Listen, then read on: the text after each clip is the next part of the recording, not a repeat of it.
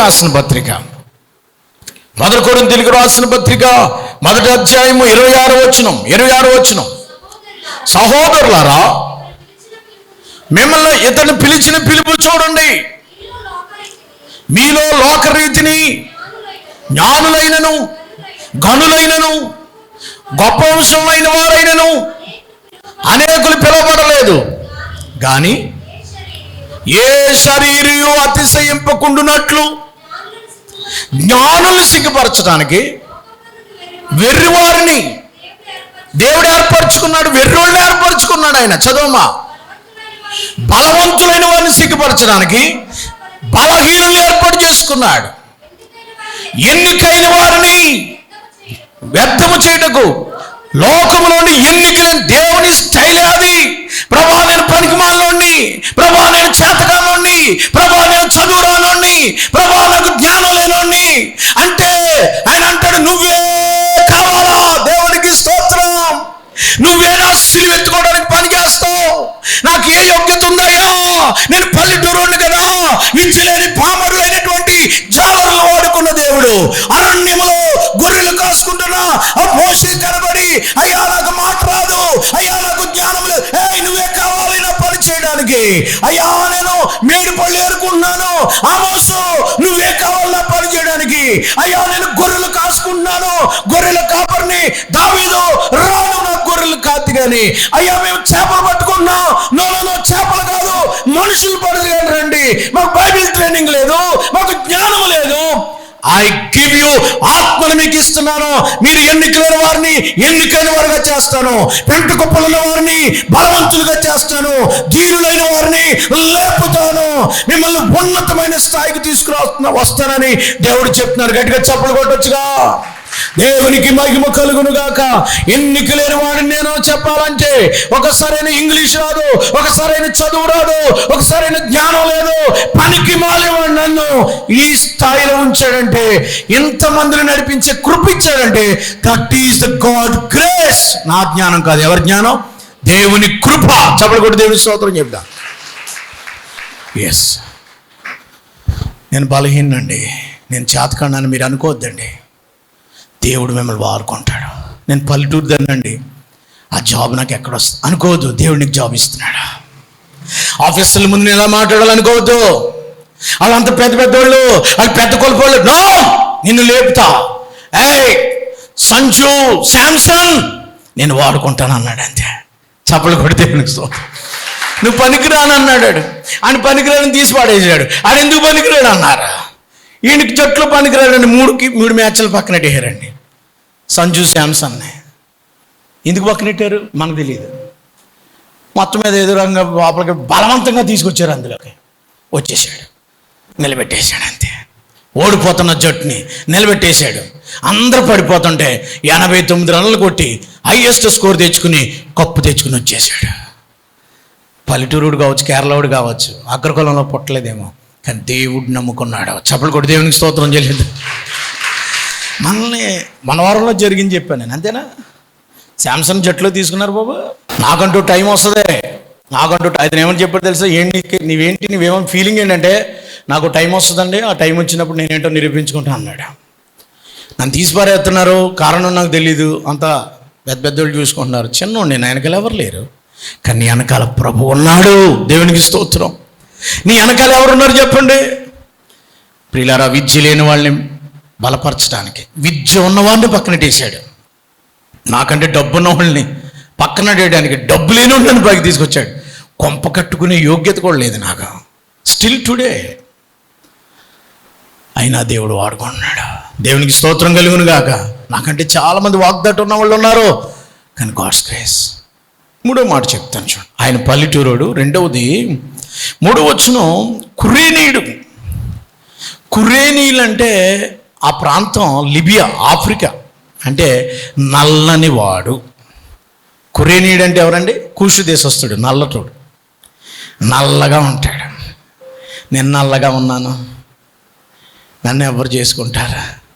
నన్ను ఎవరితో చేసుకుంటుంది అనుకోకు. నేను నల్లటోడిని. రంగు చూసి జాతి బ్లాక్, అమెరికాలో నల్లటోళ్ళని బానిసలుగా చూసి కుట్టేసేవారు. నల్లని వారిని. నేను నల్లటిదాన్ని. నీ రూపం చూడేసయ్యా. ఏం చూస్తాడైనా? నీ హృదయాన్ని చూస్తాడు. దేవునికి స్తోత్రం. మనుషులు పై వేషం లక్ష్య పెట్టుదురు కానీ యెహోవా ఏం లక్ష్య పెడతాడట? ఈ కురేనీ ప్రాంతానికి యూదులు క్రీస్తు పూర్వం 365 సంవత్సరంలో వెళ్ళారండి. అక్కడికి వెళ్ళిపోయి అక్కడ కాపురం ఉన్న ఒక జాతోళ్ళు. అక్కడ 365 అంటే యేసు వచ్చాడు 300 సంవత్సరాలు కాబట్టి ఇక్కడికి నలుపు కలర్ వచ్చేసింది. నల్ల కలర్. నల్లటోడిని సమాజంలో పెద్దగా పట్టించుకోరు, పెద్ద లెక్క చేయరు, పెద్ద రానివ్వరు. ఈ మధ్యలో అందరూ ఎర్రగా ఉండాలని కోరుకుంటున్నారు. దాని కొరకు రకరకాల రంగులు వాడుతున్నారు. ఏ మనిషి నలుపుగా కనపడకుండా అయిపోయారు. ఇప్పుడు పెళ్లి కూతురుని చూస్తే ఎంత ఎర్రగా ఉందేంటి, ఈవేళ ఎలా ఉందేంటి అన్నట్టుగా అయిపోతున్నారు. పెళ్ళికొడుకు అయ్యాలి అంతా టమాటా రంగు కలర్ వస్తున్నాడు. ఒక పెళ్ళికొడుకు టమాటా రంగు, గోల్డ్ రంగు, రకరకాల రంగులు వేసేస్తున్నాడు బాబుదేవ. కానీ ఈయన నల్లటి వాడైనప్పటికీ కూడా దేవుడు ఆ రంగు చూసేవాడు కాదు. కురేనీయులు కొంచెం నల్లగా ఉంటారు. ఆఫ్రికా నుంచి వచ్చిన వాళ్ళు. వీళ్ళు ఆరాధన చేసుకోవడానికి వచ్చారు పెంతెకొస్తు పండగకి. అపొస్తలుల కార్యములు 2వ అధ్యాయం 10వ వచనం.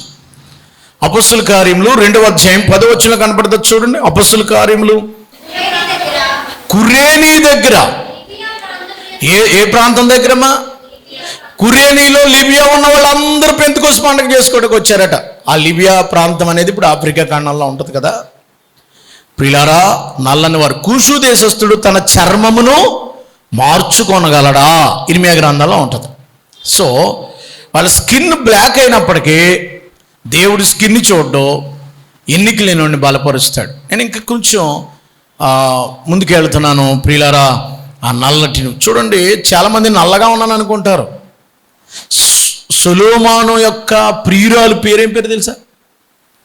సొలొమోను యొక్క ప్రియురాలు పేరు ఏం పేరమ్మా? షోలమ్మితి. ఆవిడ ఎలా ఉంటుందమ్మా? సొలొమ్మితి ఎంతమంది? సొలొమోను మహారాజుకి 1000 మంది ఉన్నారు. ఇంచుమించు 1000 మంది భార్యలు. 7 ఉంచుకున్న వాళ్ళు, 7 సెకండ్ వైఫ్లు, 7 ఫస్ట్, 300 ఫస్ట్ వైఫ్. ఆయనకి ప్రియమైన భార్య గురించి ఒక గ్రంథం రాసేసాడు, పరమ గీతం. సులొమ్మితి ఎలా ఉంటుందయ్యా? ఎలా ఉంటుంది? మొదటి అధ్యాయము 5వ వచనం 4వ వచనం నుంచి చదువుతారు. 5వ వచనం. యెరూషలేము కుమార్తెలారా. ఎవరమ్మా? నేను నల్లని దానినైనను సౌందర్యవంతురాల్ని. Black beauty. ఏ బ్యూటీ? Black beauty. నల్లని దానినైనను సౌందర్యవంతుడు అయ్యా నువ్వు. సౌందర్యవంతురాలన్నా. చదువు కింద ఏముంది? ఏమ్మా? కేదారు వారి గుడారము వాడినైనను నేను సౌందర్యవంతురాలను. నేను నల్లని దానను. చిన్న చూపులు చూడకండి. నేను ఎండ తగిలిన దానను. చప్పలు కొట్టి దేవునికి స్తోత్రం. మనం ఎందుకు కొంచెం నల్లగా ఉంటామంటే సూర్యరశ్మి కొంచెం దగ్గరగా ఉన్నాం. అమెరికా వాళ్ళకి సూర్యరశ్మి తగ్గదు, అంత చలి, చల్లగా ఉండటం వల్ల ఎర్రగా వచ్చేస్తారు వాళ్ళు. అంతే. మన వాళ్ళు కొయిటకి వెళ్తే చూడండి ఎలాగైపోతారు. అసలు ఆ ఛాయ్ బాగా చూడటానికి మన కళ్ళు మెరిసిపోయేలాగా ఉంటారు వాళ్ళు కదా. నేను ఎండ తగిలిందానంటే శ్రమకు, కష్టానికి, బాధలకి, బరువులు మోయడానికి ఏబుల్. దేవునికి స్తోత్రం. నన్ను నల్లం దాన్ని చిన్న చూపులు చూడకండి. నేను అన్ని రకాలుగా పని చేయగలను. ఎండ తగిలి ఉన్నాను అంటే నేను శ్రమలకి, కష్టాలకి తట్టుకోగలను. దేవుని పని చేయడానికి ఉపయోగపడతాను. దేవునికి పెళ్లి కూతురుగా ఉండడానికి ఇష్టపడతానంటుంది. యెరూషలేము కుమార్తెలతో చెప్తుంది. యెరూషలేము కుమార్తెలారా, నేను నల్లం దాన్ని అనుకుంటున్నారేమో. గొర్రెలు కాస్తుంది ఇవిడి. ఎవరిని కాస్తుంది ఇవిడి? గొర్రెలు మేపుతుంది ఆవిడ కూడా. అమ్మాయి ఇంట్లో ఉండే అమ్మాయి కాదండి, గొర్రెలు మేపే అమ్మాయి. ఇంటికి వెళ్ళాక చదువుకోండి. దేవునికి స్తోత్రం కలిగి ముగించేస్తున్నాను. 1వది ఏంటండి? కురేనీడ్స్ భక్తి గల యూదుడు. 2వది ఏంటమ్మా? పల్లెటూరు. 3వది ఏంటమ్మా? నల్లనేవాడు. అయినప్పటికీ కూడా దేవుని పని చేయడానికి దేవుని శిలువ అతని మీద పెట్టబడింది. ఎందుకంటే ఎండ తగిలినవాడు, బరువు బాధ్యతలు కలిగినోడు, శ్రమకు తట్టుకోగలిగినోడు, నిలబడగలిగినోడు. దేవునికి స్తోత్రం. Black man in White House. America president గురించి రాశారు. అతను నల్లని వాడే కానీ వైట్ హౌస్లోకి వచ్చాడని. బరాక్ ఒబామా 10 సంవత్సరాలు పరిపాలన చేశాడు. తెలుసా ఎందుకు ఈ మాట చెప్తున్నానంటే, దేవుడు ఆయన రంగు ఛాయ, ఈ పైవేషం చూడైన హృదయము రంగు ఛాయలు చూసేది మనమే. నేను నల్లగా ఉన్నా, నేను తెల్లగా ఉన్నా, నేను పొట్టిగా ఉన్నా, పాటలేదు రాదా మీకు? పొడువుగా ఉన్నా, నీవుంటే నాకు చాలయ్యా, ఎలాగున్నా నాకు యేసుప్రభు ఉంటే చాలు, అంతే చాలు. ఈ కలర్ తీసేస్తే లోపల అందరికి వచ్చేదేంటి? అంతే. స్కిన్ తీసేస్తే మళ్ళీ అందరికి ఒకటే రకం. దేవునికి స్తోత్రం కలుగును గాక.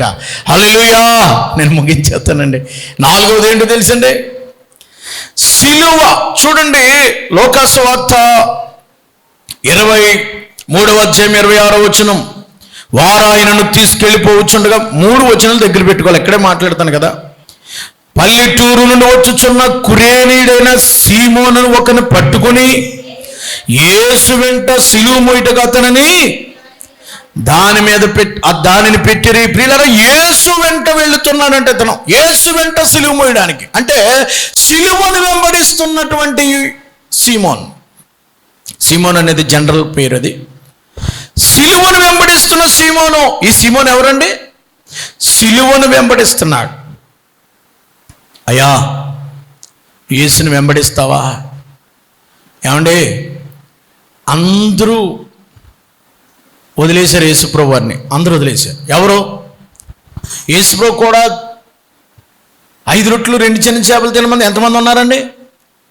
5 రొట్టెలు 2 చిన్న చేపలు తిన్నప్పుడు ఎంతమంది ఉన్నారన్నాను? పురుషులు ఉన్నారు కదా. వీళ్ళందరూ ఏమైపోయారు ఇప్పుడు? గొల్గోత కొండ వచ్చేటప్పటికి తిండికాడు ఉన్నారని లేరు. ఇప్పుడు శ్రమ వచ్చినప్పటికీ యేసును వదిలేశారు, కష్టం వచ్చినప్పటికీ యేసును వదిలేశారు. యేసు సిలువను వెంబడించుచున్నా, ఆయన వెంబడించడానికి బిహైండ్ ద క్రాస్ అని రాశాడు. యేసు ప్రభు సిలువను వెంబడించడానికి పేతురేడి? చచ్చిపోతాడు ప్రభు నీ కోసం, చచ్చిపోతానన్న పేతురేడి? ఎక్కడ పోయాడు? మా పక్కన ఉన్నటువంటి ఆ యోహాను ఏమయ్యాడు? పక్కన ఉన్నటువంటి ఇంకొక ఆయన ఎవరు? ఆండ్రూస్ ఏమయ్యాడు? ఫిలిప్ ఏమయ్యాడు? మత్తయి ఏమయ్యాడు? తోమా ఏమయ్యాడు? యూదా ఎలాగపోయాడు అనుకోండి. వీళ్ళందరూ ఏమైపోయారు? ఈయన కొత్తగా ఆ రోజు వచ్చాడు కదా, కొన్ని అద్భుతాలు చూశాడా? ఏమన్నా చూశాడా? 1400 కిలోమీటర్ నుంచి ఆ రోజు వచ్చాడు. యేసు గురించి పెద్ద తెలీదు. ఏంటి నేను ఎంత బాధ పెడుతున్నారు? ఏంటి ఎవరైనా? యేసుప్రభుని సిలువేసి ముందు ఆ సిలువ ముందు ఒక బోర్డు పెట్టేస్తారు, ఎందుకు సిలువేశారని.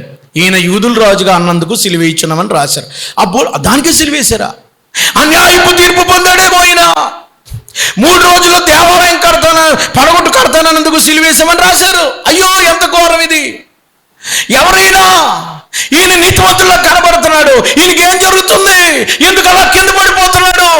ఎందుకు ఆయన మీద సిలువ మోపారంటే ఆయనకు దగ్గరగా వెళుతున్నాడట, ఆయనకు కూడా ఫాలో అవుతున్నాడు. సిలువ వచ్చినా సరే, సిలువ అంటే శ్రమలని మనకు తెలుసు. ఆ సిలువ మార్గాన్ని ఎవరు ఎంచుకోరు, ఆ గొల్గొత కొండకి ఎవరు వెళ్ళరు, ఆ మార్గం ఎవరు ఎంచుకోరు. అయినప్పటికీ కూడా ఈ సీమోను యేసు వెంట వెళ్ళడానికి, ఆయన కొడుతుంటే ఆయన వెంట వెళ్ళడానికి, ఆయన కన్నీళ్లు చూస్తున్నాడు, ఆయన శ్రమను చూస్తున్నాడు. సిలువను వెంబడిస్తావా? సిలువను వీడాను, సిలువను వీడాను, సిలువను వీడాను, సిలువను వీడాను, సిలువను వీడాను, సిలువను వీడాను, నా యేసు మార్గమందున వెళ్ళ నాయాత్తమో, గొల్గోత కొండ సిల్వలు పాలు పొందేదారు, సిలువను పడాలి, సిలువను వీడాను, సిలువను వీడా, సిలువను వీడాను, సిలువను వీడాను, సిలువను వీడాను. ప్రియులారా, ఆ శ్రమల సిలువను వదిలేస్తున్నామేమో. యేసుప్రభు వారు నడుస్తున్నట్టే శ్రమ వచ్చిందని నువ్వు దూరంగా పారిపోతున్నావేమో కానీ శిష్యులందరూ వెళ్ళిపోయారు. కూడా ఉన్న అమలక్కలు వెళ్ళిపోయారు. ఎవరో 2-3 ఉన్నారో, యేసుతల్లి మరియా, మగ్దలేని మరియా, యోహాను గారు తప్ప మిగిలినందరూ వెళ్ళిపోయారు. కానీ సిలువను పట్టుకుని వెళుతున్నాడు. శ్రమ కాలంలో కూడా ఉన్నాడు గనక, వెంబడిస్తున్నాడు గనక సిలువ మోసే భాగ్యం దొరికింది. అందుబాటులో ఉన్నాడు కనుక ఎవాల్యుబిలిటీ దేవునికి అందుబాటులో ఉంటే ఆయన కాడిని మీద పెడతాడు, ఆయన భారం మీదకి వస్తుంది, ఆయన కృపని మీదకి వస్తుంది. ఆ రీతిగా అతడు సిలువను వెంబడించాడు. 4వదిగా అతను సిలువ వెంబడించేవాడు. 5వదిగా టక్టగా చెప్పేస్తాను, పాయింట్లు చెప్పి వదిలేస్తాను. 5వది ఏంటి తెలుసా? ఆయన మీద సిలువ ఎలా పెట్టబడిందండి? మార్కు సువార్తలో 15వ అధ్యాయము, మార్కు సువార్త 15వ అధ్యాయం 21 నుంచి చదవండి.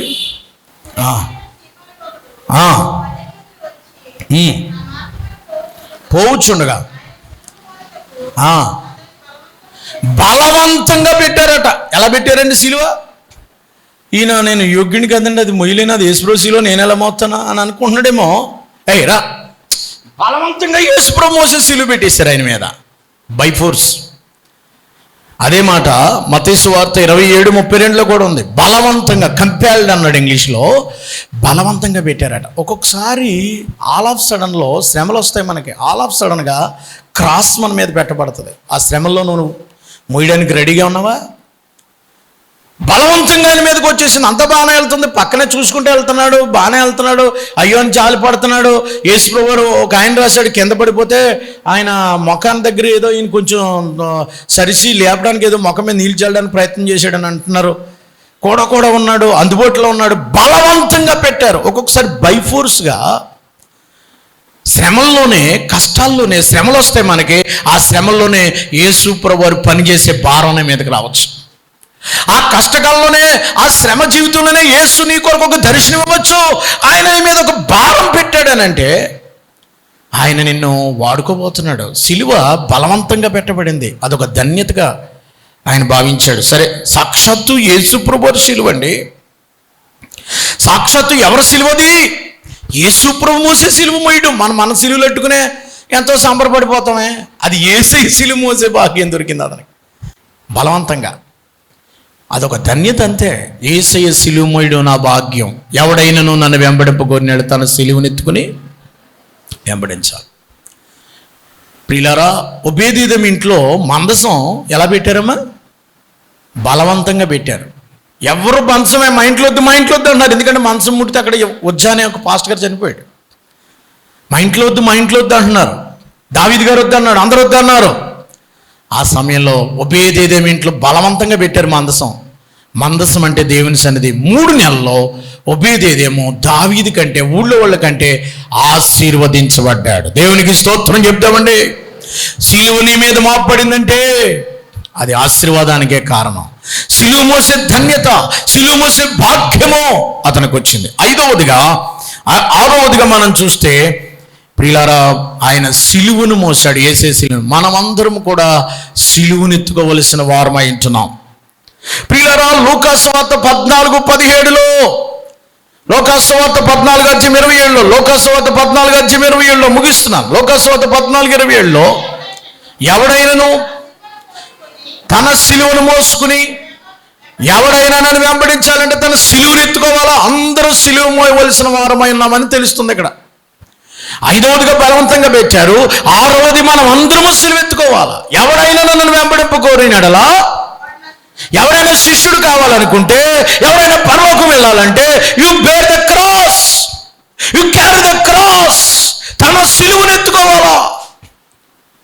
యేసుని వెంబడించడం అంటే సిలువను ఎత్తుకుని మొయ్యాలి. అంటే సిలువ అనుభవంలోకి రావాలి. సిలువ ద్వారా దేవుని స్వార్థను ప్రకటించే వాళ్ళంగా మనం సిలువను మోసేవారుగా ఉండాలి. అది చాలాసార్లు చెప్పాను కాబట్టి ఇంక ముందుకెళ్ళిపోతున్నాను. ఇక 7వది ఏంటంటే, ఈ కురేనీయుడైన సీమోను గారు బిడ్డలండి, భక్తి కలిగిన వాళ్ళు. ఆయనకి పిల్లలు ఉన్నారండి, 2 అబ్బాయిలండి, భార్య ఉందండి. చాలా భక్తి కలిగిన వాళ్ళు. భక్తి గల కుటుంబం, పరిచర్య చేసిన కుటుంబాన్ని పెట్టుకోండి. భక్తి గల యూదులు అక్కడ పెట్టుకున్నారు కాబట్టి ఈ కుటుంబము పెంతెకోస్తు పండుగ దినాన్ని పెంతెకొస్తు చేసుకోవడానికి వచ్చి 2:10 కురేనీయులు కొంతమంది వచ్చారు. అందులో వచ్చి మారు మనసు ఉంది, బాప్తిసం ఉంది, భక్తి కలిగి కూడా 2 కొడుకుల పేర్లు కూడా ఉన్నాయి బైబిల్లో. ఎక్కడున్నాయి? మార్కు సువార్త 15:22 కొడుకుల పేర్లు. ఒక అతని పేరేమో మార్కు సువార్త 15:22 ఒక ఆయన పేరు ఏం పేరమ్మా? 22 అలెగ్జాంద్రునకును రూపునకును. అలెగ్జాంద్రు ఏం పేరు? అలెగ్జాండర్ అంటే అలెగ్జాండర్. లిబియాను గ్రీకులు పరిపాలిస్తున్నారు కాబట్టి అలెగ్జాండర్ ఒక కొడుకు పేరు అలెగ్జాండర్ అండి, అలెగ్జాంద్రియా. ఒక కొడుకు పేరు రూపు అంటే రోఫస్. రోఫస్ అనే పేరు. 2 కొడుకులు. ఈ కొడుకుల్లో దేవుని భక్తి కలిగిన వాళ్ళు. అలెగ్జాండర్ ఏమో దేవుని కొరకు అత్సాక్షిగా మారిపోయాడు. రూపు ఏమో పౌలు గారు కూడా సేవ చేశాడట రోమ్లో.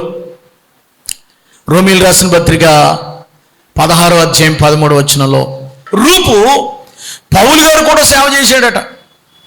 అమ్మ మీ పిల్లలు సేవ చేస్తున్నారు, చదువుతారా? తీసి వరకు మాట్లాడుతున్నా. 16:13 రోమీయులు రాసిన పత్రిక. ఏంటమ్మా? ప్రభువునందు ఏర్పరచబడిన రోఫస్ రూపునకును వందనాలు. ప్రభువు చేత అపాయింటెడ్ చెప్పబడ్డాడు ఈ రూపు కురేనీయుడని సీమోను కుమారుడే. అనాది కాలంలో పౌలు గారు కూడా తిరిగి రోములో సేవ చేశాడు, వీళ్ళు లిబియాలో సేవ చేశారు. వీళ్ళు మీ పిల్లలు దేవుని పరిచయం కొరకు ఉపయోగపడుతున్నారా? 2 కొడుకులు. ఒక కొడుకేమో దేవుని కొరకు అసక్సెస్ అయిపోయాడట, ఒక రోఫస్ ఏమో సేవ చేశాడు. మరి కురేనీయుడని సీమోను భార్య ఆవిడ కూడా ఉంది. ఆమె తల్లికి వందనాలు. నాకును తల్లి. రూపు గారు తల్లే కురేనీయుడైన భార్య సీమోను గారి భార్య కదా. ఆవిడ కూడా తల్లి లాంటిదట. పౌలు గారికే తల్లి. సేవ చేస్తుంది, అన్నం పెడుతుంది, భక్తి కలిగిన ఆవిడి. కుటుంబం దేవుడి పరిచయం చేశారు. ఇది 7వ. 8వ మాట చెప్పి ముగిస్తానండి, టైం లేదు కనుక. 8వ మాట ఏంటంటే, సీమోను గారు సిలువ మోసాడు కదా. సీమోను నువ్వు మొయ్యలేవు, కురేనీయుడైన సీమోను నువ్వు మొయ్యలేవు, నేను మోస్తాను. ఈ సిలువ నీది కాదు, నాది. నీ సిలువ ఎత్తుకో. ఇది పాపభారం మోయబడుతున్న సిలువ. ఇది ఎవరు మోయాలి? తన ప్రజలను వారి పాపముల నుండి ఆయనే రక్షించును గనుక యేసు ప్రభు మాత్రం మోయాలి. ఎందుకని? ఎబ్రీయులకు రాసిన పత్రిక 7:26 పాపంలో చేరక ప్రత్యేకంగా ఉన్నవాడు నిర్దోషి 26-28 వరకు నిష్కల్మషుడు ఇట్టి ప్రధాన యాజకుడు సరిపోయిన వాడు. ప్రతి సంవత్సరం ప్రధాన యాజకుడు తన పాపాల కోసము రక్తం చిందించాలి. ఈ ప్రధానికుడు అట్టివాడు కాదు. 27:28 ఈ ప్రధాన యాజకుడు తన కోసం రక్తం చిందించవలసినాడు కాదు. ఈయన పరిశుద్ధుడు కనుక పాపులు ఎవరు ఈ సిలువ మోయడానికి ఉపయోగపడరు. సీమోను నువ్వు పుట్టిన కాడి నుంచి పాపుడు, నేను జన్మత కనిక గర్భాన్ని పుట్టాను కాబట్టి ఇది ప్రజల పాపాన్ని మోసే సిలువు కాబట్టి ఈ సిలువని ఎవరు మోయాలి? యేసు ప్రభువే మోయాలి. యేసు ప్రభువు మోస్తేనే ఆ పాపభారం పోతుందని పరిశుద్ధుడు ఆయన. అందుకే వచ్చాడు ఆయన సిలువను ధరించడానికి, పాపాల నుంచి విడుదల చేయడానికి వచ్చాడు కనుక సీమోను, కురేనీయుడు సీమోను, ఈ సిలువ నీది కాదు, ఇది నేనే మోస్తాను, పక్కున్న ఆయన అని మరలా సిలువ తీసుకుని, ఎందుకంటే ఆయన తగినవాడు, ఎందుకంటే ఆయన అర్హుడు, ఆయన మాత్రమే మన పాపాలు తీయగలిగినాడు. మనం ఆయన సిలువ మొయ్యగలమా? మనం వేసే సిలువ మొయ్యగలమా? ఆయన సిలువ మొయ్యి తగము. అంత పరిశుద్ధత మనకు లేదు. ఆయన సిలువ మనం ఎత్తుకోలేం. ప్రభువే ఆ సిలువ మోసి మన పాపాలు. మనం మొయ్యవలసిన సిలువ, మనం పడవలసిన శ్రమ, మనం పడవలసిన ఆ బాధ నేను భరిస్తానని యేసయ్య సిలువ మోశారు. యేసయ్య సిలువ మీద తన ప్రాణాన్ని పెట్టారు. కురేనీయుడు సీమోను ప్రాణం పెట్టగలడా? పెట్టలేడు. కురేనీయుడు సీమోను తిరిగి లేవగలడా? లేవలేడు. మనం లేవలేం. మనకి బదులుగా ప్రియులారా, యోహాను సువార్త 18:14 మనుషులందరి పాపాల కొరకు ఒకడు చనిపోవాలి. అది ఎవరు? పరిశుద్ధుడై ఉండాలి, నీతిమంతుడై ఉండాలి, గొర్రెపిల్ల వంటి రక్తం కలిగినట్టు నిర్దోషమైన నిష్కలంకమైన ఉండాలి. యేసు ప్రభువారు మన కోసం భారాన్ని అర్పించాలి. మనం ఆ సిలువ మోయలేం. ఏదో కొద్దిసేపు మోసాడు అంతే. ఆ కొద్దిసేపు శ్రమే, మనం కొద్దిసేపు మోయగలం. ఫుల్గా మోయగలిగింది ఎవరండి? యేసు ప్రభువారే. మన భారాన్ని, అంటే దాని అర్థం ఏంటంటే, నీ భారాన్ని నేను మోస్తాను, నీ శ్రమ నేను అనుభవిస్తాను, నీకు బదులుగా నేను మరణిస్తాను, నేను మీకు రక్షణ. సీమోన్ నిన్ను రక్షిస్తాను, యూ సేఫ్, నేను నీ భారాన్ని మోస్తానని సీమోన్ని కురేనేడు సీమోను రక్షించాడు. యేసు ప్రభువారు తన కొరకు ప్రాణం పెట్టాడు. అదే రీతిగా మనందరి కొరకు ప్రాణం పెట్టాడు. తల్ల వంచుదాం, ప్రార్థన చేసుకుందాం. కురేనేడని సీమోను చిన్న ప్రార్థన చేసుకుందాం. ఆయనలాగా నువ్వు భక్తిపరుడుగా ఉన్నావా?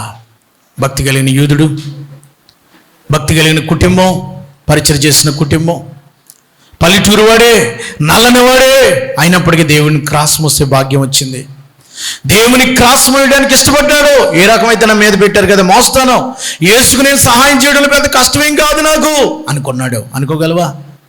కానీ యేసు అన్నాడు, ఇది నువ్వు కాదు, నీ భారం నేను మోయటకు వచ్చాను కదా, నువ్వు అక్కర్లా.